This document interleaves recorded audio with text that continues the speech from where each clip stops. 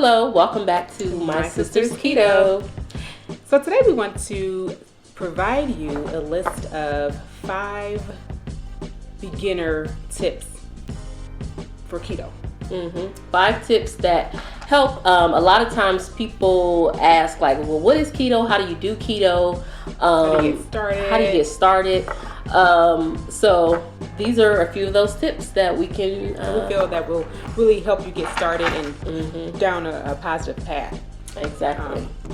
The number one tip that I would give is when I first started keto way back, I actually went to a doctor and they gave me the details and all the plans and what to do. But the one thing they suggested is to buy a scale, and that way you could measure your food. Like they told me, I think I was supposed to have 12 grams of protein. I'm not sure what their percentage was or grams were, but you could easily do your research, put in your weight and things like that, and figure out how much protein you're supposed to have a day. And then the scale, the food scale, will help you to stay on track with that. So I would suggest if you want to do keto and you want to stick to it,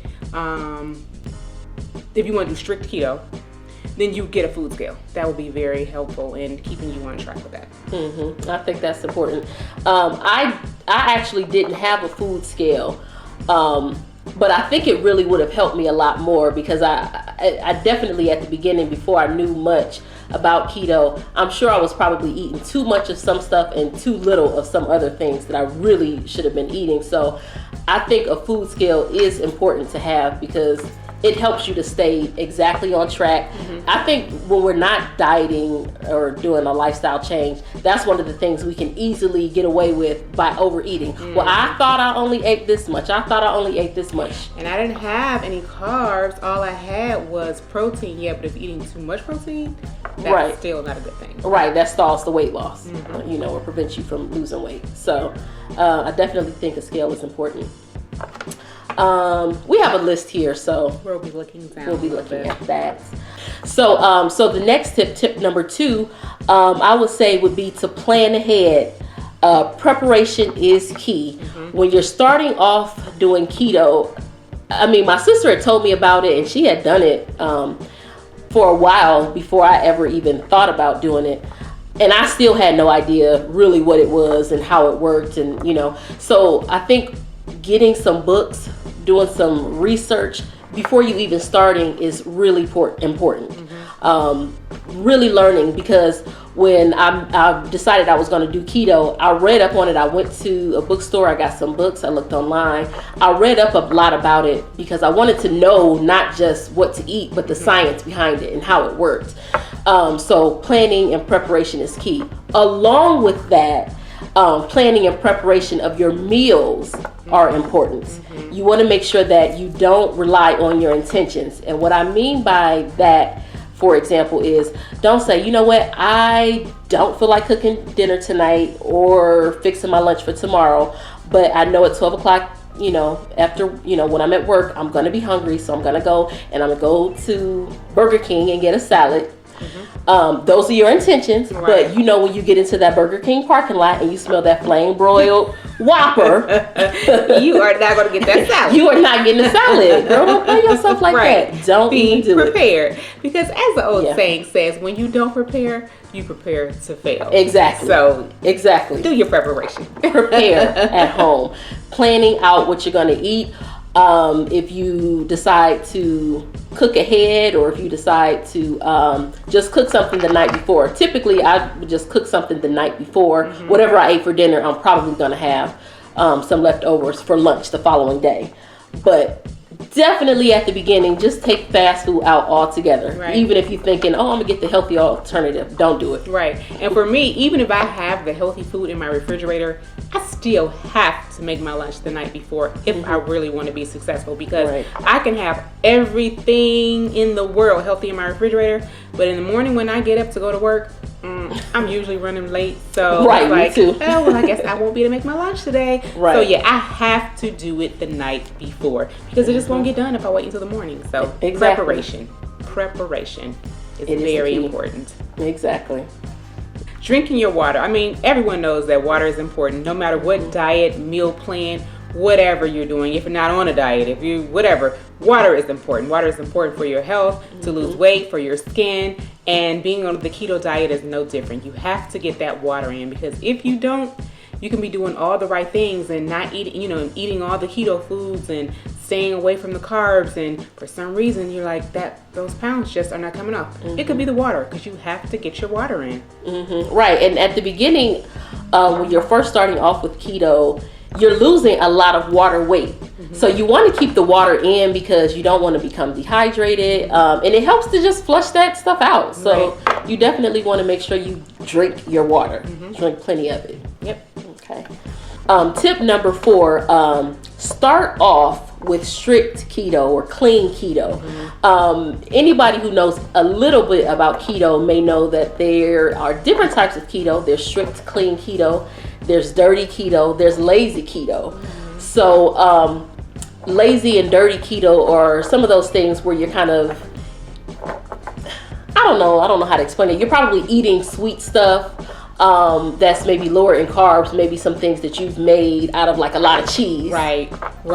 That has a lot of fat and a lot of calories. You're probably doing things like eating breaded chicken tenders. You're like, well, it's chicken, right? But it's breaded, so it has a little more carbs than what you really should have. Those things, I guess, would be considered dirty. Right. So my tip would be to start off with clean, strict keto. That is super strict. Is following, like, if you read like a strict keto or clean keto book, they would talk about the low carb vegetables, the low carb fruits, and things like that. It's not going to be heavy with cheese and pork rinds and things like that. Won't have any breading on the chicken. Right, won't have any breading on the chicken. Now, I'm not saying don't do that later on. If you choose to, that's fine. But starting off, keep it strict keto. Keep it strict. I mean, that was one of the tips that my sister mentioned to me at the very beginning before I even started, because I think she had made some cookies.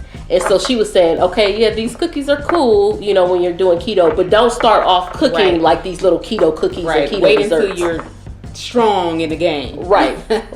Yeah, you I feel like it helps, because it kind of gets your body adjusted to what it needs and what's healthy for you. Right. And then you can veer off and eat some of those other things. Because if you start off making keto cookies and things like that, you're not far enough away from the real cookies. Right. So it's real easy for you to say, you know what, it'd be real nice if I just go back and give me some of them Chips Ahoy or those, whatever. So you need to wait until you've really gotten into the groove, you've gotten adjusted to staying away from those carbs before you delve into that keto cookie world and keto, sweets, Right, that lazy, dirty keto. Yeah, so exactly. Keep it strict, keep it clean, and eventually you can get there. But especially once you're doing clean, strict keto at the beginning, you're getting your body adjusted to getting away from those things and getting that sugar sweet addiction cravings out of your system. So then when you do eat like some keto cookies or whatever, you don't go hog wild and say, oh, what a real thing. What a real thing. I want the real stuff. Okay, these taste pretty good, but I want the real thing. Right. So yeah, keep it clean and strict at the beginning. If you want to veer off and do dirty, lazy keto eventually, that's fine. But later on, right? So that's tip number 4. Tip number 5 would be cook at home. Cook at home. Period. No fast food. No restaurant food. No ordering in. No ordering out. Cook it at home. That way you know exactly what's in it. You can portion it off to the exact amount that you want. Use the exact cooking ingredients, the exact grease or not grease or whatever it is you want to use. Right. Cook it at home. Right. And if you're cooking at home, like she said, you know all the measurements and what you're eating, but then you also have something to eat later or for lunch or for a snack. But you want to make sure you're cooking at home. It's so important. And if you feel like, and kind of going back to one of the other tips, if you feel like I'm eating this food but I'm still hungry, drink your water. If you're not full, drink some water to help curb those cravings for something to eat. But yeah, cooking at home is so important. You know what you're putting in your body. You know what your family is putting in their body if you're cooking keto for them. And it's saving money. Exactly. That's a big thing. Right. Save that money for a trip. Right. Exactly. So Can you think of any other keto tips? So we're giving you 5 keto tips, but can you think of any?